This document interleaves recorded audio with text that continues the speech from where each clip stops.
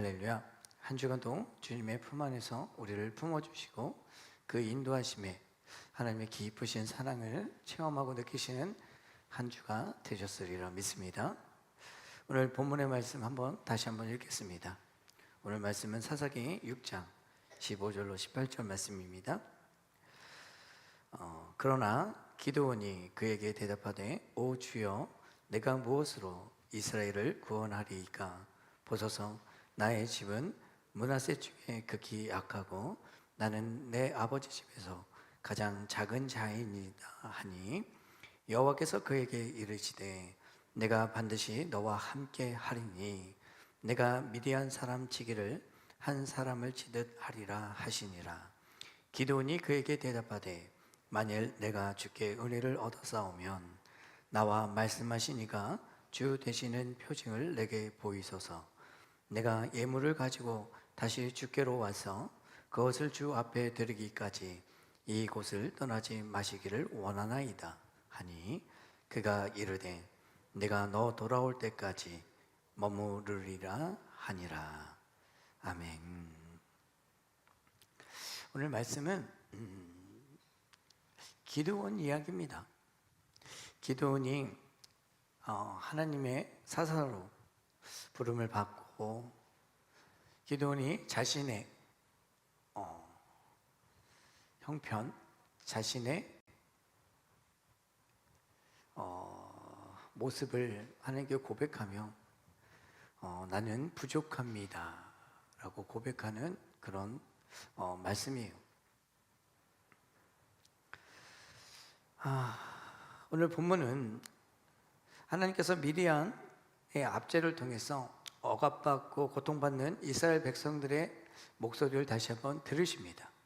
그들의 부르짖음과 그들의 하나님의 도우심을 구하는 기도를 통해 하나님은 다시 한번 이스라엘 백성을 돕는 사사를 보내십니다. 그가 바로 오늘 본문에 나오는 기드온이에요. 이 하나님의 부르심, 오늘 본문의 제목인데요, 이 하나님의 부르심은 능력 있는 자를 부르지 않으십니다. 그리고 하나님이 부르시는 그 부르심 속에는 언제나 나약하고 부족한 자를 부르신다는 겁니다. 오늘 이 말씀을 통해서 우리가 깨닫길, 또 은혜를 받길 원하는 건 바로 하나님이 함께 하신다는, 하나님께서 함께 하시면 그 모든 것을 뛰어넘을 수 있는 은혜로, 능력으로 우리에게 나타난다고, 그 말씀의 의미를 깨닫는 시간이 되었으면 합니다. 우리는 부족해요. 또 연약합니다. 날마다 우리의 부족함을 하나님께 구하고 우리의 연약함을 인정을 해요. 하지만 그 가운데서 우리와 함께 하시는 하나님을 바라보지 못하고 하나님께 온전히 맡기지 못하는 삶을 살 때가 더 많습니다. 하나님은 우리를, 예수 그리스도를 대속제물로 삼으셔서 우리를 구원하셨고 다시 한번 거듭나는 은혜를 주셨음을 우리는 믿었기에 지금 이 자리에 나와 하나님의 말씀을 듣고 우리의 마음을 다해, 우리의 정성을 다해 하나님께 예배드리고 있습니다. 이런 가운데 우리는 착각할 때가 있어요. 그저 우리는 하나님께 드리는 그냥 평신도, 하나님께 예배드리는 하나님의 자녀, 또 하나님께서 부르신 그 사명이 나에게는 없다고 착각할 때가 있습니다. 하나님의 소명, 하나님의 사명은 목사나 전도사, 선교사, 이들에게 주어진다고 가끔 오해하실 때가 있어요. 아닙니다. 하나님은 하나님의 자녀로 삼으신 모든 자들에게 하나님께서 소명을 주셨고 사명을 주셨음을 우리는 잊지 말아야 합니다. 하나님의 부르심은 바로 지금 우리에게도 속하고 우리에게도 명하고 계심을 잊지 마시길 바라요. 그저 내가 하나님을 믿음으로, 예수 그리스도를 믿음으로 예배에 참여하여 하나님께서 주신 말씀을 통해서 나의 영이 회복되어지고 위로를 받고 나의 문제에 대한 응답을 받고 그 문제의 해결을 받는 것으로 우린 끝내면 안 돼요. 하나님이 왜 나를 이곳에 예배자로 또 저 삶 속에서 하나님을 믿는 하나님의 자녀로 왜 택하시고 부르시고 하나님께 기도하며 하나님을 만나는 그 시간을 원하시는지를 우리는 먼저 깨달아야 합니다. 그 은혜가 우리에게 있음을 우리는 알지만 외면할 때가 더 많아요. 단지 시간이 없어서? 예배가 익숙하지 않아서? 아니면 세상의 즐거움이, 아니면 내가 하고 있는 일이 바빠서. 우리는 하나님의 자녀로 부르심을 받았습니다. 그러면 우리가 부르심을 받은 것에 대해서 응당한 모션을 취해야죠. 오늘 본문의 말씀을 통해서 기드온은 자신의 연약함을 먼저 고백합니다. 15절 말씀에 그렇게 나와요. 기드온은 자신이 가장 문한 셋 중에서 작은 지파에 속해 있고 그 중에서 제일 작은 자라고 자신을 낮춥니다. 이 15절을 통해서 우리가 생각나는 사람이지 않습니까? 바로 모세예요. 하나님이 모세를 불렀을 때 모세는 어땠습니까? 온갖 핑계를 다 해서 하나님 나는 할 수 없어요. 나는 연약합니다. 나는 능력이 안 돼요. 이렇게 고백을 합니다. 하지만 하나님은 강권적으로 모세를 세우길 원하셨죠. 그래서 모세의 의지를 꺾으시고 모세에게 약속하십니다. 그리고 그에게 여러 가지 표징을 보이며 내가 너와 함께 할 거야. 너가 말을 못해? 괜찮아. 너를 돕는 도움의 손길을 너에게 붙여줄 거야. 이러면서 모세를 애굽으로 보내죠. 이렇듯 오늘 이 기드온도 똑같습니다. 기드온도 하나님 앞에서 자신의 연약함, 자신의 부족함을 고백하고 있어요. 하지만 하나님은 그것이 중요하지 않았습니다. 하나님이 바라보는 것은 그의 출생 배경이나 그가 가진 능력, 그가 가지고 있는 재물을 바라본 게 아니세요. 그가 앞으로 내가 너와 함께 할 것이야. 내가 너를 도울 것이야. 네가 어딜 가든 나는 너와 동행할 거야 하는 그 말씀을 들었을 때 그 믿음과 그 순종하는 마음을 나타내느냐를 먼저 보셨습니다. 결국엔 하나님은 사무엘을 통해서 다윗을 선택하셨을 때 말씀하시잖아요. 나는 그의 중심을 본다. 이럴 땐 하나님은 외모를, 형편을, 내가 가지고 있는 것들을 바라보는 것이 아닙니다. 바로 우리 중심 속에서 씨앗 내리고 자라고 있는 하나님에 대한 그 갈망, 열정, 믿음, 순종, 이것을 보고 계시는 거예요. 우리는 깨달아야 합니다. 우리는 잊지 말아야 돼요. 하나님 왜 나를 자녀 삼았는지 고민하지 마시길 바라요. 내가 하나님의 자녀가 된 것은 바로 하나님과 동행하는 삶을 통해서 하나님이 계획해 두신 그 삶을 걸어가면서 우리가 하나님께 드리는 예배와 고백, 또 하나님께 드려지는 순종, 이 모든 것을 이미 아셨기에 우리를 자녀 삼으셨고 그 길로 인도하고 계심을 믿으시길 바랍니다. 우리는 그저 하나님이 인도하시고 하나님이 우리에게 약속하신 그것을 바라보고 가면 돼요. 하지만 이 세상은, 마귀는 결코 우리를 쉽게 하나님이 원하시는 길로 걷지 못하게 하죠. 온갖 유혹과 많은 일들을 통해서 우리의 믿음을 흔들어 보고 또 우리가 온전히 하나님께 드려지는 시간을 방해합니다. 그렇지 않습니까? 오늘도 우리는 주일이라고 하나님께 예배드리러 이곳에 왔어요. 지금 우리의 마음은 어디에 있습니까? 지금 우리의 귓가에 들려오는 이 말씀은 우리의 마음속에 새겨지고 있습니까? 우리가 지금 이 시간 집중해야 될 것은 바로 하나님을 향한 나의 마음의 고백, 하나님을 향하고 있는 나의 온전한 마음이 있어야 함을 기억하시길 바랍니다. 우리는 손쉽게 고백을 해요. 너무 쉽게 고백을 합니다. 나는 예배자입니다. 나는 하나님을 바라보는 삶을 삽니다.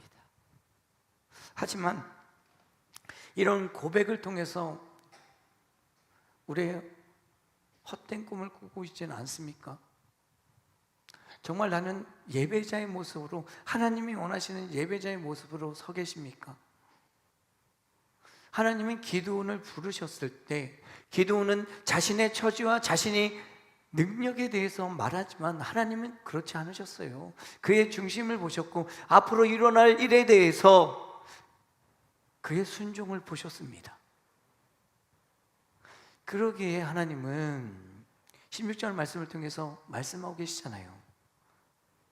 여호와께서 그에게 이르시되 내가 반드시 너와 함께하리니 내가 미디안 사람 치기를 한 사람을 치듯 하리라 하시니라.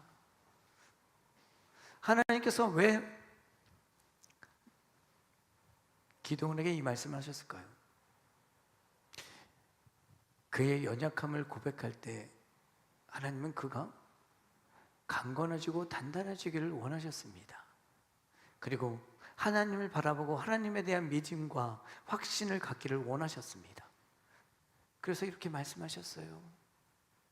우리에게도 날마다 말씀하고 계십니다.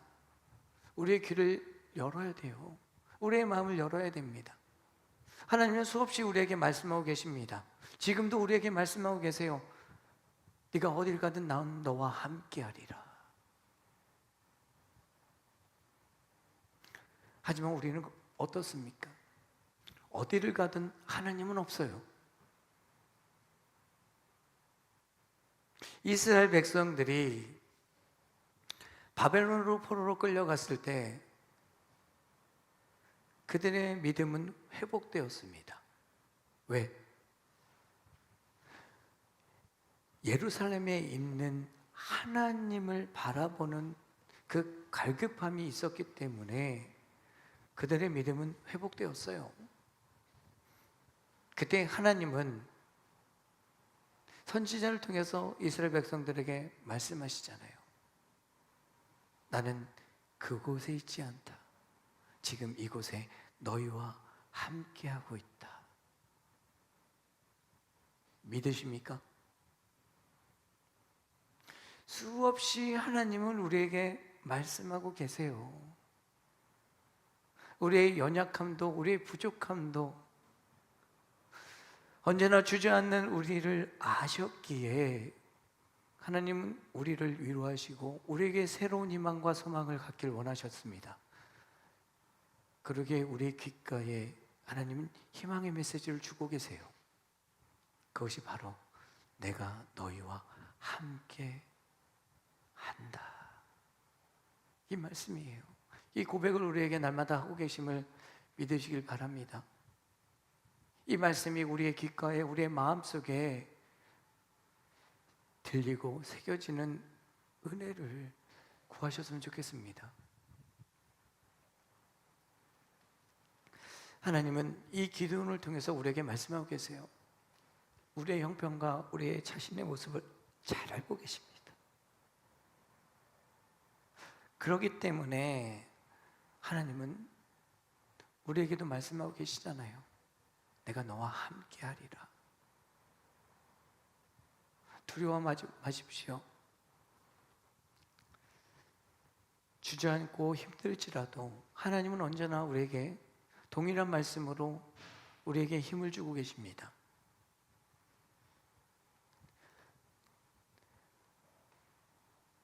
이 세상을 살아가며 내게 닥쳐오는 환난과 고난을 바라보면 힘들어요. 너무 어렵습니다. 하지만 우리가 하나님의 자녀임을 잊지 않으신다면, 믿으신다면 하나님이 우리에게 하신 말씀을 붙잡으시길 바랍니다. 내가 어느 곳에 있든 어떤 형편에 있든 중요치가 않아요. 그곳에 계신 하나님이 나와 함께함을 믿으시는 우리 성도님들이 되셨으면 합니다. 우리는 그런 믿음의 눈을 가져야 합니다. 그런 믿음의 마음을 가져야 되고, 그런 믿음으로 하나님을 바라보고 하나님께 고백하며 간절한 마음으로 하나님의 이름을 불러야 함을 기억하셨으면 좋겠습니다. 어려움이 닥칠 때마다 하나님 나한테 왜 이래요? 나는 힘들어요. 나는 할 수 없어요. 이런 고백이 아닌, 하나님, 나는 오늘도 하나님이 나와 함께 하심을 믿습니다. 이곳에 계신 하나님을 만나길 원합니다. 내 길을 여시고 나에게 두려움을 주는 이 모든 것을 떨쳐 이기게 하시고 예수 그리스도의 이름으로 승리하는 삶을 살길 원하옵니다. 이런 고백을 우리 성도님들의 입술에서 하셨으면 좋겠습니다. 하나님의 부르심에는 조건이 없어요. 하나님이 부르신 이유는 단 하나입니다. 우리를 사랑하시기에, 우리가 온전히 하나님 안에서 하나님이 주시는 은혜와 하나님이 주신 축복을 누리길, 또 그곳에서 하나님을 바라보며 하나님께 드리는 경배와 찬양을 받으시는 그것으로 족함을 우리는 깨달아야 합니다. 우리에겐 우리의 사정 때문에 하나님을 믿으면 안 돼요. 우리의 형편이 어떨지라도 하나님이 나를 구원하셨고 하나님이 나를 자녀 삼으셨고 하나님이 나와 함께 하신다는 그 믿음과 확신을 가지면 우리는 어떠한 두려움도 어떤 환경도 이길 수 있음을 믿으시길 바랍니다. 그래서 오늘 하나님은 이 기도의 고백을 통해서 우리가 깨닫길 원하십니다. 우리는 기도의 6장 17절 말씀의 고백을 통해서 우리의 고백이지 않을까 생각해 봐요. 17절 다 같이 읽겠습니다. 기도원이 그에게 대답하되 만일 내가 주께 은혜를 얻었사오면 나와 말씀하시니가 주 되시는 표징을 내게 보이소서. 아멘. 우리는 증거를 구해요. 나 혼자 살아가는 것이 아니라 하나님이 나와 돕고 나를 돕고 나와 동행하심을 하나님 내가 느끼게 하시고 내게 보여주시옵소서. 이런 꼭 증거와 확신을 요구할 때가 많습니다. 그래야 우리는 한 발을 가요. 이런 확신과 징표를 통해 하나님이 나와 함께 하시구나, 하나님이 살아계시구나.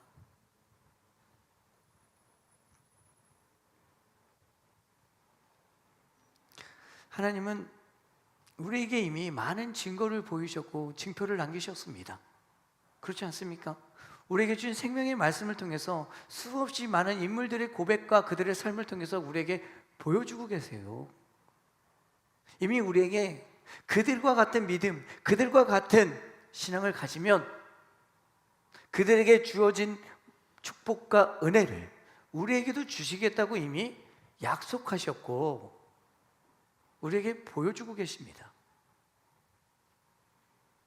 우리는 말씀에 기록되어져 있는 것들이 그저 우리에게 교훈을 주고 우리에게 평안함을 주는 단지 한 편의 소설, 한 편의 이야기가 아님을 우리는 깨달아야 돼요. 이 말씀 속에 있는 진리를 우리는 깨달아야 합니다. 결국엔 우리가 은혜를 받고 복을 받을 수밖에 없는 건 바로 이미 우리는 예수 그리스도를 믿음으로 구원을 받은 자이기 때문에 우리는 하나님께서 주신 은혜와 그 모든 축복을 받을 수 있는 권리를 갖고 있습니다. 하지만 우리는 더 구해요. 우리에게 보여달라고 하나님께 애씀이고 떼씁니다.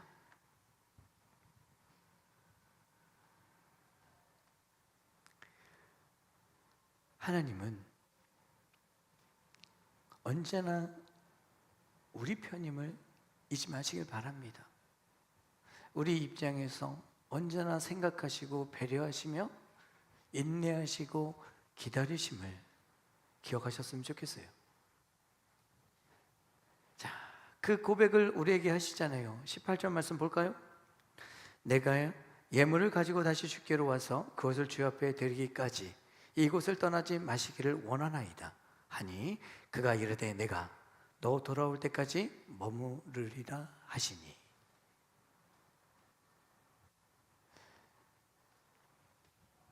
하나님은 기드온의 증거를, 기드온의 그 고백을 통해서 증표를 보이기를, 또 그가 요구하는 모든 요구의 조건을 들어주십니다. 왜? 기드온을 올바로 하나님의 원하시는 자리에 세우기 원하시기 때문에 그에게 맞는 조건을 맞춰주시고 인내하시며 기다려주시는 그 하나님이심을 우리는 깨달아야 합니다. 하나님은, 우리를 향하신 하나님의 그 깊은 사랑은 조건이 없어요.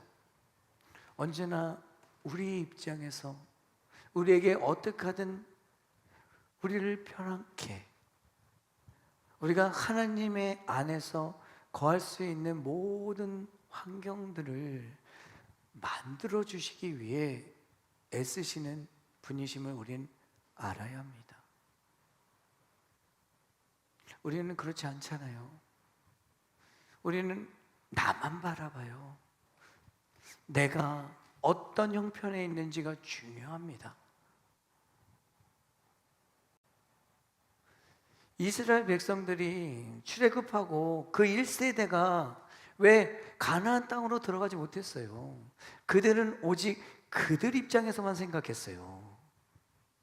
그들의 마음만, 그들이 경험하고 체험하고 있는 모든 시간들 속에서 그들만 평안하기를, 그리고 그들이 살아왔던 수많은 시간을 속에서 그들이 가장 편했던 그것들만 기억하고 있었기 때문에 그들은 하나님이 주실 미래에 대한 소망과 그 평안함을 바라보지 못했습니다. 지금 우리는 어떻습니까? 우리도 그렇지 않아요? 우리는 흔히 그래요.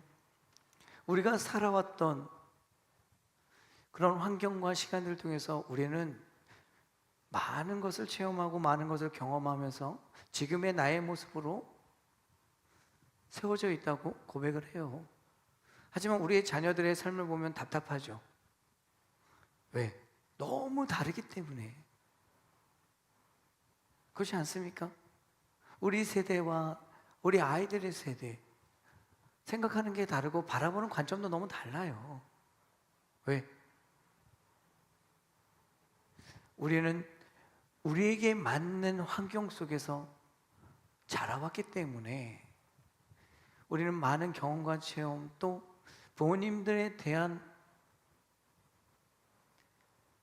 우리를 키워주신 은혜, 그 모든 것들을 감사함으로 받아가는 그런 은혜, 감사가 있기에 우리는 그나마 부모들의 입장에서 고민해보고 또 부모들에게 감사하는 마음을 가지고 있어요.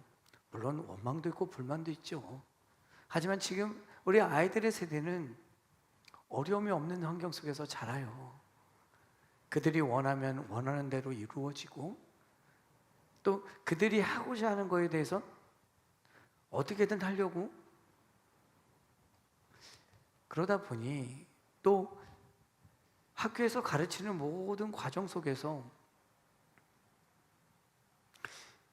딱 자기 자신에 대한 중요성만 배우게 되는 그런 환경 속에 놓여 있는 것 같아요.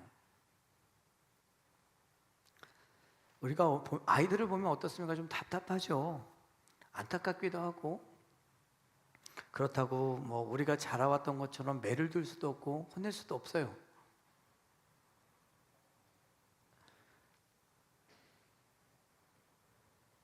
다들 그럽니다. 기도밖에 없다고. 맞아요. 기도밖에 없습니다. 하나님이 지금 우리를 바라보실 때 어때요? 우리와 똑같은 심정으로 우리를 바라보지 않으실까요? 응? 얘가 조금만 더 깨달으면은 편해질 텐데. 이게 잘못된 길인 걸 분명히 알 텐데도 가는 거 보면 얼마나 안타까우시겠어요. 조금만 더 기도하면 될 텐데. 그런 안타까운 마음으로 우리를 바라보고 계시지 않을까요?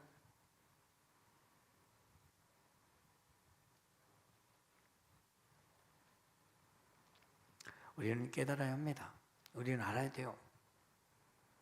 우리가 느끼는 모든 감정도 하나님이 동일하게 느끼고 계시다는 걸, 그런 눈빛과 그런 마음으로 나를 바라보고 계시다는 걸 우리는 깨달았으면 좋겠습니다.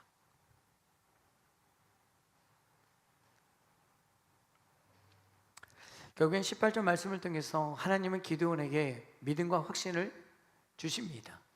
그리고 네가 돌아올 때까지 떠나지 않겠다, 머무르겠다고 약속하시는 이유는 바로 기드온이 온전히 하나님의 사람으로 세워지길 원하셨기 때문에 그에게 그런 약속을 하셨고, 그리고 그 이후에 모든 징표를 그가 원하는 대로 모든 것을 보여주셨음을 우리는 깨달아야 돼요. 기드온은 의심이 많은 자였습니다. 소심한 자였어요. 그렇지 않나요? 하나님을 믿으면 되는데 하나님이 반드시 나와 함께 하시겠다고 약속하고 계시고 몇 번을 보여주셨는데 그는 또 의심을 해요. 또 두려워합니다. 그때마다 하나님은 기드온에게 새 힘을 주시죠. 깨달음을 주세요.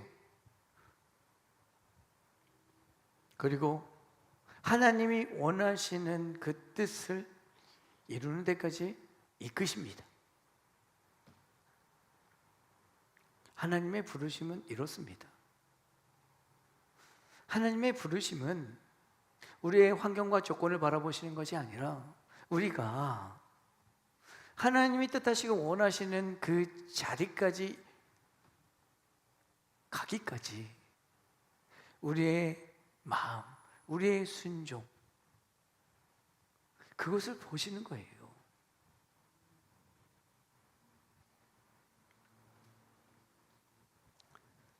하나님은 지금도 우리를 부르고 계십니다. 각자에게 맞추어 각자에게 어울리는 자리로 부르고 계심을 잊지 마시길 바라요. 내가 어느 곳에 서 있든 그곳에 하나님의 뜻이 있다면 그곳에서 하나님을 만나시기 위해 아버지의 이름을 부르시는 우리 성도님들이 되셨으면 합니다.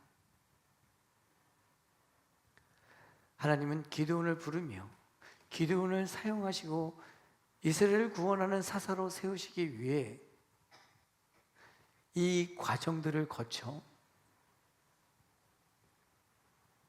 기드온의 중심과 마음을 보셨습니다. 그렇지 않나요? 우리가 잘하고 있는 300용사 생각해 보세요. 처음에 3만 명으로 시작했어요. 야, 3만 명이면 많은 군사예요. 그러면 내가 군대 장관으로서 서서 3만 명을 거느리고 있다 생각하면 저는 뭐든지 할 수 있을 것 같아요. 뭐 지든 이기든 한번 막 야 가자 그러고 한번 싸워볼 것 같아요. 하지만 기도는 묻잖아요. 그걸 하나님은 응답하시잖아요. 하나님의 방법은 그렇습니다. 하나님은 2만 명은 돌려보내면서 그래요. 야, 3만 명 너무 많아. 야, 나중에 니들이 이 전쟁에서 이기면 야, 내가 너희와 함께 했다는 게 아니라 너희 스스로 열심히 해서 이겼다고 할까 봐. 아니야. 돌려보낼 사람들은 가라 그래. 그래서 2만 명이 가잖아요. 그리고 하나님은 또 그러세요. 10,000명도 많아. 내가 너에게 가르쳐준 지식대로 하면 그 중에 내가 원하는 대로 행동하는 자들을 나는 너에게 사인을 줄 거야. 그래서 그들만 데리고 전쟁을 하면 돼. 그리고 시냇가로 가서 물을 마시게 하잖아요. 그리고 하나님은 선택한 인원은 바로 300명입니다. 자, 이 과정 속에서도 우리는 알 수 있는 게 기도는 순종해요. 생각해 보세요. 3만 명이 1만 명으로 줄었고 10,000명이 300명으로 줄었어요. 야, 인간적인 모습에서 세상적인 방법으로 바라봤을 땐 답이 없어요. 어떻게 전쟁에 나가서 이겨요? 3만 명도 부족한데. 하지만 하나님의 방법은 다릅니다. 그리고 하나님께 쓰임 받은 자들은 그 모든 말씀과 그 모든 행동에 순종하는 자들이었음을 우리는 기억해야 합니다.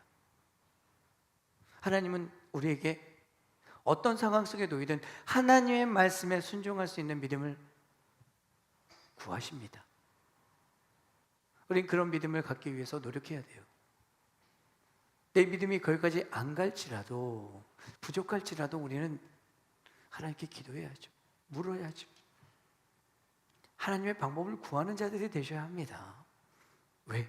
우리는 하나님의 사람이기 때문에, 하나님의 자녀이기 때문에, 하나님이 우리를 부르셨기 때문에 우리는 하나님이 나와 함께 한다는 믿음을 가지고 하나님의 뜻에 순종할 수 있는 믿음을 보이시고 선포하시는 우리 성도님들의 삶이 되시길 축원드립니다. 그런 믿음 속에서 우리는 하나님을 만나요. 하나님은 우리에게 예비해 두시고 준비해 두신 그 은혜를 누려요. 그렇지 않겠습니까? 그런 믿음이 우리에게 큰 축복이요 큰 은혜임을 기억하셨으면 좋겠습니다. 오늘 기도원 이 말씀을 통해서 성경엔 기도원과 비슷한 상황 속에 놓여 있을 때 고백하는 수많은 사람들이 나옵니다. 모세도 그랬고 예레미야도 그랬고 아모스 선지자도 그랬고 다윗과 새 친구들도 그랬습니다. 이럴 때 그들의 삶 속에서, 그들의 환경 속에서 그들이 도저히 받아들이기 힘든 상황 속에 놓일지라도 하나님은 그들을 부르시고 선택하셨고 사용하셨음을 우리는 기억해야 합니다. 하나님의 부르심에는 조건이 없어요. 하나님이 쓰시겠다고 찝으면 끝까지 그를 사용하심을 잊지 마시길 바랍니다. 회유를 하시건 강압적으로 하시건 하나님은 왜 그들에게 그런 강요와 그런 회유와 여러 가지 방법을 통해서 그들을 사용하시려고 했을까요? 바로 하나님이 함께 하시겠다는 그 약속, 그 언약이 함께 하기 때문에 하나님은 그들이 담대함을 가지길 원하셨습니다. 지금 우리도 하나님은 우리를 부르고 계십니다. 어떤 모양으로, 어떤 모습으로, 우리가 어떻게 하나님께 사용받을지는 아무도 몰라요. 하지만 우리의 연약함을 고백하지 마십시오. 하나님이 나를 사용하시겠다면 믿으십시오. 맡기십시오. 왜? 하나님이 나와 함께 하시기 때문에. 그 믿음만 가지고 계셨으면 좋겠습니다. 그 믿음으로 바라보시고 아멘하고 하나님 나를 사용하십시오. 그런 고백을 하시는 우리 성도님들이 되셨으면 합니다.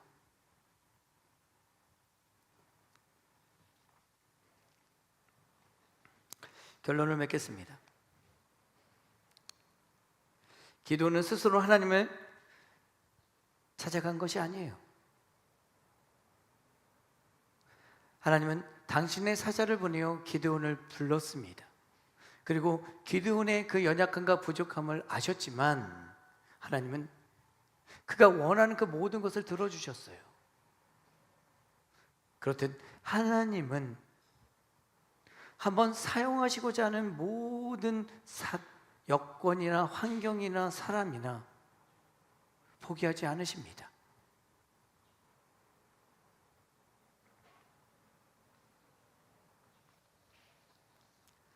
기드온은 하나님이 보내신 사자를 만나지 않았다면 그 인생에서 하나님을 만나지 못했을 것입니다. 하지만 하나님은 그를 부르셨고 또 그를 통해 이스라엘은 한 민족을 구원하길 원하셨습니다. 더 나아가 하나님께 순종하고 하나님의 뜻에 따르는 자를 선택하셨고 그를 통해서 이스라엘 백성들에게 보이셨어요. 아니, 지금 이 시대에 살아가고 있는 우리들에게 말씀하고 계심을 잊지 마시길 바랍니다.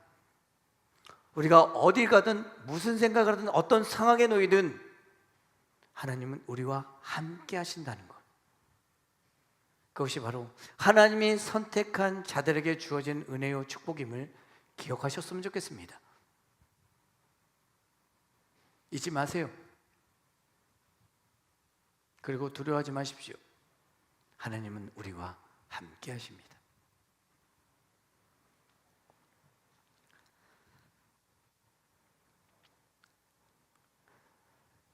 우리를 부르신 그 하나님의 부르심 속에 값없이 주신 은혜를 우리 누리고 살아가고 있음을 기억하셔서 우리에게 주신 그 은혜를 더 나누시고 또 하나님의 부르심에 하나님 나 여기 있어요.